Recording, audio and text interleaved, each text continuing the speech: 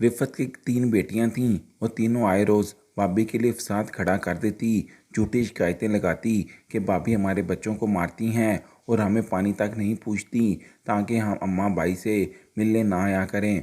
और फिर मरियम का शौहर इससे बहुत बुरा भला कहता तो नंदें बहुत खुश होती और कहती तुम्हें इस घर से निकाल कर ही छोड़ेंगे। रिफ़त बेटियों से कहती कि ना मेरे बेटे का घर बर्बाद करो, तो वो कहती अम्मा हम भाई की शादी एक मालदार घर में करेंगे और बैठकर खाएंगे। एक दिन मरियम के साथ नंदों ने बदतमीजी की और अपने कपड़े फाड़ कर कहने लगी भाभी ने ये सब कुछ किया है। तो मरियम का शौहर उसे मारने लगा था कि अचानक रिफ़त ने स्क्रीन पर सीसीटीवी वीडियो चला दी। नंदों के दो कदमों तले से ज़मीन ही निकल गई थी क्योंकि कांच का गिलास चनाक से टूटा था। क्योंकि मरियम की तीनों नंदों को कोई परवाह ना थी कि उनके बच्चे किस कदर बदतमीज़ हैं। वो भागती हुई अपने कमरे से आई थी। अभी कुछ देर पहले ही तो सब लोगों को खाना खिलाकर थका कर वो आराम की गर्ज से अपने कमरे में लेटी थी। दोपहर का खाना बनाकर जब वो खाना टेबल पर लगाने लगी तो उसकी नंदें कहने लगी अरे ये क्या, वही अम्मा का पुराना डिनर सेट, क्या अपना जहेज़ तुम सजाने के लिए लाई हो? हम नहीं खाएंगे उसमें खाना, चलो जाओ और अपना डिनर सेट निकाल कर हमारे सामने रखो।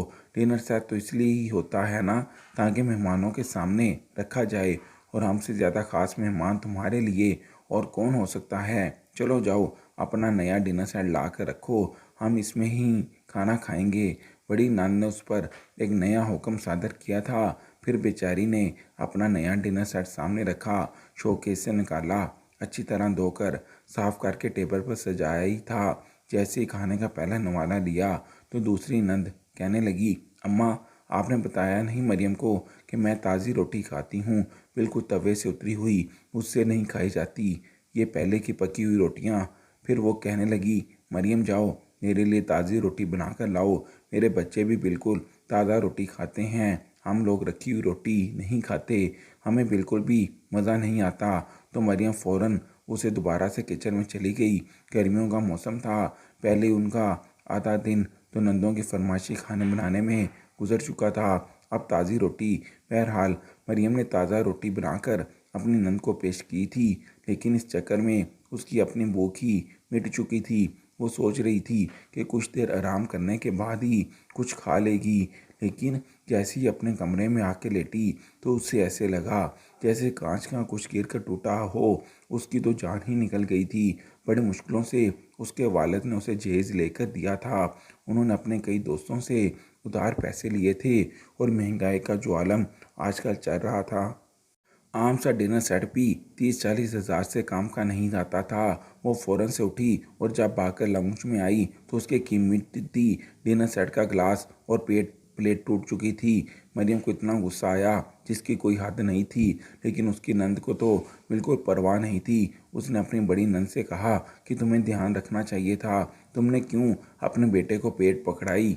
तो वो कहने लगी क्या हो गया, अब टूटने वाली चीज़ थी तो टूट गई, अब इतनी सी बात पर मेरे बच्चे की जान लोगी क्या? मरियम गुस्से से बोली कि अगर आपके बच्चों को खाने पीने की तमीज़ नहीं थी तो आपने मेरा डिनर सेट क्यों नहीं लगवाया? आपको अंदाज़ा भी है कि डिनर सेट कितना महंगा आता है? मरियम की बात सुनकर उसकी नंद वावेला मचाने लगी और कहने लगी तौबा तौबा, एक प्लेट क्या टूट गई, तुमने तो आसमान ही सर पर उठा लिया। अरे भाई क्या हो गया जो मेरे बेटे से एक प्लेट टूट गई? मेरी माँ ने भी मुझे ट्रक भर कर जहेज दिया था और कितनी चीज़ें अब तक टूट चुकी थीं।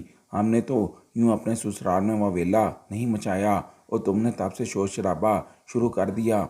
मरियम तो ये सुनकर सटपटा कर रह गई थी। उस वक़्त रिफ़त वहीं सेट पर नमाज़ पढ़ रही थी। जैसे ही उसने इस्लाम फेरा तो वो कहने लगी कि रज़िया तुम्हें ध्यान रखना चाहिए था, बहू का नया सामान है, अभी तो उसने इस्तेमाल तक नहीं किया और क्या ज़रूरत थी इतना महंगा डिनर सेट लगवाने की, मेरे डिनर सेट पर ही खाना खा लेती। तो रज़िया कहने लगी बस करें माँ, आपको तो पता नहीं क्यों अपनी ही सकी औलाद से कोई मसला है। रिफ़त बेगम कहने लगी मैं तो तुम्हें सही बात समझा रही हूँ, माँ ही समझाती हैं। लेकिन रज़िया का मुंह बन गया था। वो कहने लगी रात को आने दो फ़ारूक को, एक वही है जो हमारा सका है, जिसने बाप के मरने के बाद भी बाप की कमी महसूस नहीं होने दी। हमें ये कहते हुए उसने दुपट्टे के किनारे से अपने आंसू रगड़कर साफ किए थे, जो कि अभी आंखों से निकले भी नहीं थे। मरियम जूठे बर्तन तो उठाकर किचन में धोने चली गई और अपना बाकी का बचा हुआ डिनर सेट फ़ौरन से उसने शोकेस में संभाल के रख दिया। रात को जब फ़ारूक आया तो तीनों बहनें भाई के पास बैठ गई और कहने लगी, भाई हम तो खूबसूरत बीवी तुम्हारे लिए इसलिए पसंद करके लाए थे ताकि हमारा भाई खुश हो जाए, और यकीनन तुम अपनी बीवी से भी यही कहोगे कि वो हमारी इज्जत करे, हमारी आओ भगत करे।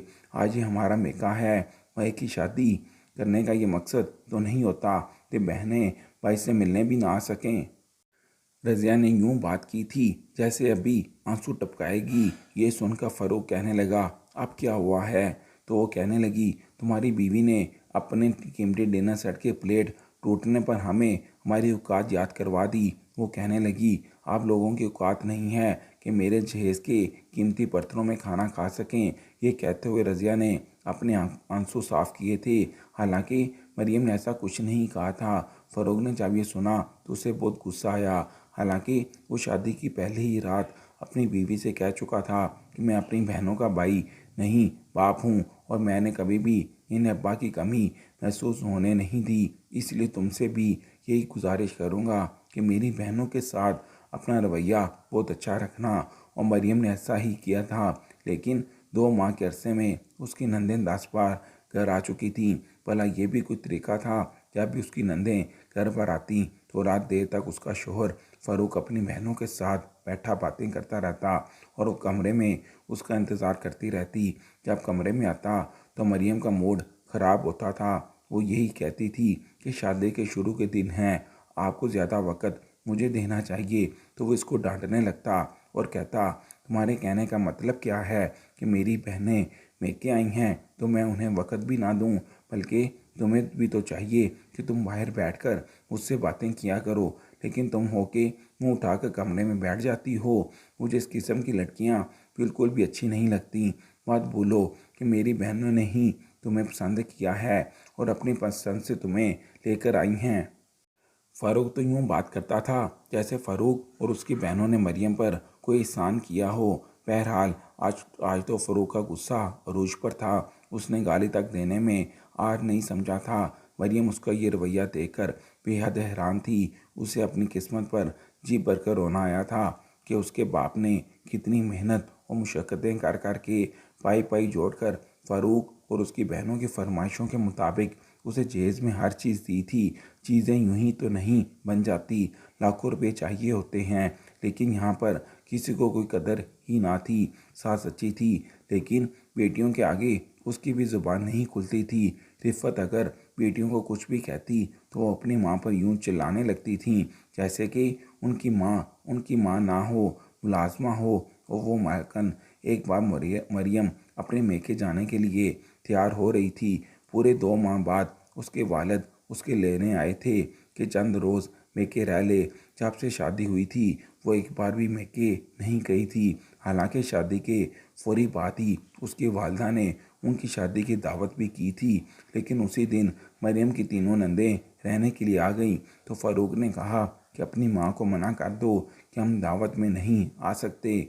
मरियम कहने लगी कि अम्मी ने सारी तैयारी कर ली है, हम बस चंद घंटे बाद ही वापस आ जाएंगे। ये बात सुनकर फ़ारूक की बहनें कहने लगी, लो भाई, अब हमारी तो कोई अहमियत ही नहीं रही, अब तो तुम्हारी सास की ही अहमियत है। मरियम तो ये सुनकर परेशान सी हुई थी। तो फ़ारूक कहने लगा, ऐसी कोई बात नहीं है। फिर वो कहने लगा, मरियम तुम अपनी वालदा को मना कर दो, हम फिर कभी उनके घर दावत पर चलेंगे। लेकिन वो फिर कभी भी नहीं आई थी। 2 माह गुजर गए थे, इसलिए मरियम के वालिद उसे लेने आए थे। रिफ़त बेगम ने इजाज़त दे दी थी, लेकिन जैसे ही वो अपना बैग बाहर लेकर आई तो उसकी नंदें दोबारा मेके आ गई। उसे जाता देखकर कहने लगी, तुम कहाँ जा रही हो? हम यहाँ पर रहने आई हैं और तुम मेके की तैयारी कर रही हो। मरियम कहने लगी, आप तो आए रोज़ आती ही रहती हैं। मैं 2 माह बाद अपने मेके जा रही हूँ, इसलिए मैं अपना प्रोग्राम कैंसिल नहीं कर सकती। ये सुनकर रज़िया ने फ़ौरन उसे फ़ारूक को फ़ोन किया था। वो कहने लगी, भाई अगर तुम्हारी बीवी ने अपने मेके जाना था तो हमें बता देती, ताकि हम अपने ही घर में रहते। एक तो हमारी शक्ल देखते ही तुम्हारी बीवी ने अपने अब्बा को बुला लिया और कह रही है कि मैं मेके जाऊंगी। तुम्हें पता है कि और क्या कहा है इसने? इसने हमें ताना दिया है कि हम आए रोज़ मेके आते रहते हैं, लेकिन वो पूरे 2 महीने बाद जा रही है। ये सुनना था कि फ़ारूक गुस्से में आ गया और कहने लगा, मरियम को फ़ोन दो। रज़िया ने फ़ोन मरियम को बढ़ा दिया। मरियम ने जैसे फ़ोन उठाया तो फ़ारूक इस पर भड़कने लगा और कहने लगा, खबरदार, जो तुम अपने मेके गई, मैं तुम्हारे साथ बहुत बुरे तरीके से पेश आऊँगा। और ये मेरी बहनों का अपना घर है, वो जब चाहें आएँ और जब चाहें जाएं। तुम कौन होती हो उन्हें ताने देने वाली? मेरी बहनें अपने ससुराल में पूरे पूरे ससुराल को संभालती हैं। तुम्हारे सर पर तो मेरी माँ के अलावा और किसी की जिम्मेदारी नहीं है। अगर वो बेचारी थक कर लेके आ ही जाती हैं, चंद घड़ी आराम कर लेती हैं, तो क्या तुमसे ये भी बर्दाश्त नहीं हो रहा? तुमने अपना बोरिया बिस्तर बांध लिया, कोई ज़रूरत नहीं है तुम्हें अपने अब्बा के साथ जाने की। मरियम कहने लगी, फ़ारूक 2 माह हो गए हैं, मैं भी चंद दिन के लिए अपनी माँ बाप के घर जाना चाहती हूँ। आप मुझे इजाज़त क्यों नहीं देते? तो वो कहने लगा, चली जाना, लेकिन तब जब मेरी बहनें अपने घर वापस जाएं। लेकिन अभी तुम अपने अब्बा को मना कर दो। तो मरियम कहने लगी, कैसे मना कर दूं? वो पिछले 1 घंटे से मेरा इंतज़ार कर रहे हैं। वैसे भी मैंने दोपहर का खाना बना दिया है। फ़ारूक प्लीज़, मैं जाना चाहती हूँ। वो कहने लगा, तो ठीक है, अगर अपनी मर्ज़ी से जाओगी तो मैं तुम्हें लेने नहीं आऊँगा, फिर तुम वहीं रहोगी अपने बाप के घर पर। यहाँ वापस आने की ज़रूरत नहीं है। मरियम सोच भी नहीं सकती थी कि ज़रा सी बात पर फ़ारूक उसे ऐसी भी कोई धमकी दे सकता है। उसने अपने आंसू साफ किए और फ़ौरन रज़िया को फ़ोन पकड़ाया और फिर अपने अब्बा से कहने लगी, क्या फ़ारूक की तबीयत कुछ ठीक नहीं है? अब्बा आप वापस चले जाएं, मैं फिर कभी आ जाऊंगी। इसके वालिद समझ चुके थे कि बात क्या है, लेकिन मजबूर थे। वो बेटी का घर ख़राब नहीं कर सकते थे, इसलिए खामोशी से वापस चले गए। मरियम दोपहर का खाना बना चुकी थी। वो रोते हुए अपने कमरे में चली गई। रिफ़त बेगम अपनी बेटियों से कहने लगी कि तुम लोगों ने अच्छा नहीं किया। 2 माह में तुम लोग 10 बार आई हो, तो क्या था कि वो भी अपने मेके चले जाती। अगर तुम्हारा भाई तुम लोगों से प्यार करता है तो उसके भी माँ बाप हैं, भाई हैं, इनका भी दिल चाहता होगा कि हमारी बहन आकर रहे। तो वो कहने लगी, अम्मा आपको तो पता नहीं कब अकल आएगी। अरे बहू को रखने के चाल चलन सीखें। ये क्या बात है कि वो मुँह उठाकर किसी भी वक़्त मेके चली जाएं। इसे एहसास होना चाहिए कि उसकी नंदें घर पर आई हैं, और जब नंदें घर पर आएँ तो घर पर रहकर उनकी आओ भगत करनी चाहिए। बहरहाल बड़ी बड़ी नंद कहने लगी, तुमने देखा मरियम को कैसे मुंह फुलाए अपने कमरे में गई है? अम्मा जाएं और उसे कहें कि हमारे लिए ताज़ा रोटी बनाए और शामी कबाब भी फ्राई करे। ये क्या बात है कि मुंह बनाकर अपने कमरे में चली गई? अब हम उसके नखरे देखने थोड़ी आए हैं। रिफ़त कहने लगी कि रोटी मैं बना देती हूँ और कबाब भी फ्राई कर देती हूँ, रहने दो उसे। एक तो तुम लोगों ने उसे मेके नहीं जाने दिया और अब उस पर आर्डर चला रही हो। पता नहीं तुम लोगों को शर्म क्यों नहीं आती। परी बेटी रिफ़त बेगम के सामने खड़ी हो गई और कहने लगी, अम्मी मुझे ये बताएं, आप हमारी सच्ची माँ हैं या मरियम की अजीब सास हैं? भाई सास तो बहू को अपनी उंगलियों के इशारों पर नचाती हैं और बेटियों के सदके वारी जाती हैं, लेकिन हमारे यहाँ तो उल्टी गंगा बहती है। आपको बहू से प्यार है और बेटियों से कोई लगाव नहीं। रिफ़त बेगम कहने लगी, क्योंकि वो बहुत अच्छी है, मेरा बहुत ख्याल रखती है और तुम लोगों की भी आओ भगत करती है। क्या था कि वो भी को 2 दिन अपने मेके रहती तो छोटी बेटी मरियम के कमरे में गई और बिना दस्तक किए दरवाज़ा खोलकर अंदर आ गई। वो अपने बेड पर लेटी अपनी आंखों में बाजू रखे आंसू बहा रही थी। उसकी माँ ने कितने प्यार से उसे बुलाया था, लेकिन उसकी नंदें ऐन वक़्त पर पहुंच गई।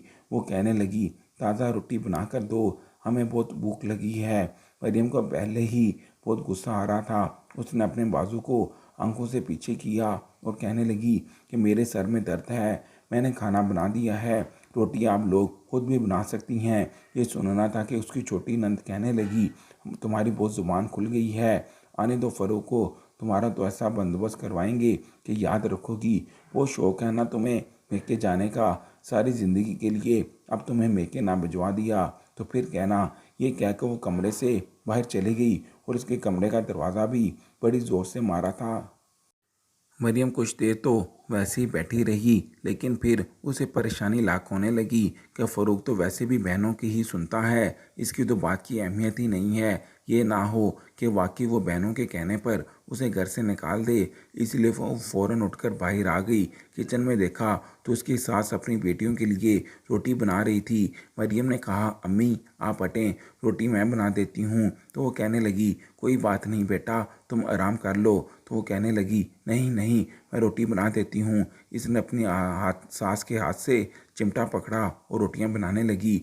नंदें बहुत खुश थीं, कह रही थी, देखा कैसे उसकी अक्कड़ को तोड़ा है। अरे अगर हमारी माँ हमारे इशारों पर चले तो देखो ये कैसे तीर की तरह सीधी हो जाती। बड़ी नंदे नाक मुंह चढ़ाकर कहा और हंसने लगी। होती कौन है हमें ये इनकार करने वाली।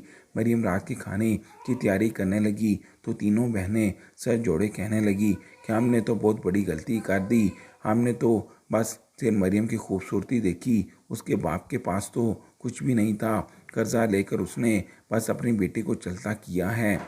तुम्हें पता है कि मेरी नंद की शादी जहाँ हुई है वो बहुत अमीर लोग हैं और मेरी नंद की नंद के लिए वो लोग रिश्ता देख रहे हैं। और पता है फ़रूक का पूछ रहे थे, फ़रूक तो अच्छी नौकरी करता है, देखने में भी हैंडसम है, लेकिन मुसीबत ये है कि हमने फ़रूक की जल्दबाजी में मरियम से शादी कर दी। वरना सच पूछो, अगर फ़रूक की शादी मेरी नंद की नंद से हो जाती तो हमारे तो वारे न्यारे हो जाते। भाई उन्होंने इतना जेवर देना था ससुराल वालों को कि तुम्हारी सोच है। वो कहते थे कि जितनी भी नंदें हुई सबको हम लोग सोने के सेट डलवाएंगे और सास को सोने के सेट के साथ 2 सोने के कड़े भी डालेंगे। हाय हाय, मेरे भाई की तो किस्मत ही फूट गई। एक तो लड़की के बाप ने इतना खास झेस भी नहीं दिया और ऊपर से मैडम का नखरा तो देखो, यूं अकड़ दिखाती है जैसे कि हम इसके बाप का लेकर खा रहे हैं। मुझे तो ये मरियम की बच्ची एक आंख अच्छी नहीं लगती। रिफ़त बेगम उस वक्त नमाज में मशगूल थीं।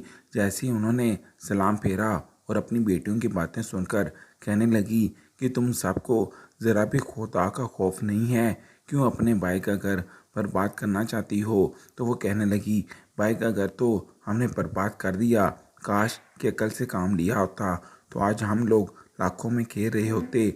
मुझे तो खुद पर अफसोस हो रहा है। हमने तो बस मरियम की गोरी चिट्टी चमड़ी देखी और समझा कि चलो भाई खुश हो जाएगा। अरे क्या पता था मेरा भाई तो हीरा है हीरा। इसके लिए तो अमीर अमीर लोगों के भी रिश्ते आ सकते थे। काश कि मैंने पहले ही सोच के कोशिश की होती। रिफ़त की बड़ी बेटी को इस बात का बहुत कलक था कि अच्छी खासी अमीर लड़की का रिश्ता हाथ से छूट गया। राशिदा भी कहने लगी, मुझे याद आया, आपकी नंद की नंद तो पहले से शादीशुदा थी ना, तो इसे तो तलाक हुई थी, तो कि आप इसकी बात कर रही हैं।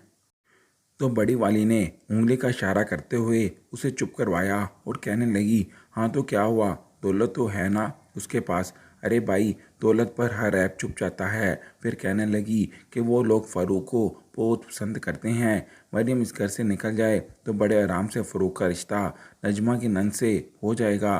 फिर तो हमारी ऐश हैं, हम बैठ कर खाएंगे। कितनी दौलत है उसके बाप के पास। तीनों बहनें वहाँ से चुप कर ये प्लान बनाने लगी कि कैसे मरियम को घर से धक्के मारकर बाहर निकाला जाए। एक बार उन्होंने ऐसा खेल रचाया, कोई सोच भी नहीं सकता था कि वो इस हद तक भी गिर सकती हैं। एक दिन जब रात को फ़ारूक के आने का वक़्त हुआ तो बड़ी बहन ने अपना मुंह पीटना शुरू कर दिया और अपने मुंह पर ज़ोर ज़ोर से थप्पड़ मारकर अपना मुंह लाल कर लिया। फिर दीवार से अपना सर मारने लगी। इस बार रिफ़त बेगम ने बेटी को नहीं रोका था। वो चुपचाप बैठी तमाशा देखती रही। फिर इसने अपने कपड़े भी फाड़ने शुरू कर दिए। मरियम तो ये सब देखकर हैरान थी कि आखिर उसकी बड़ी वाली नंद को हुआ क्या है।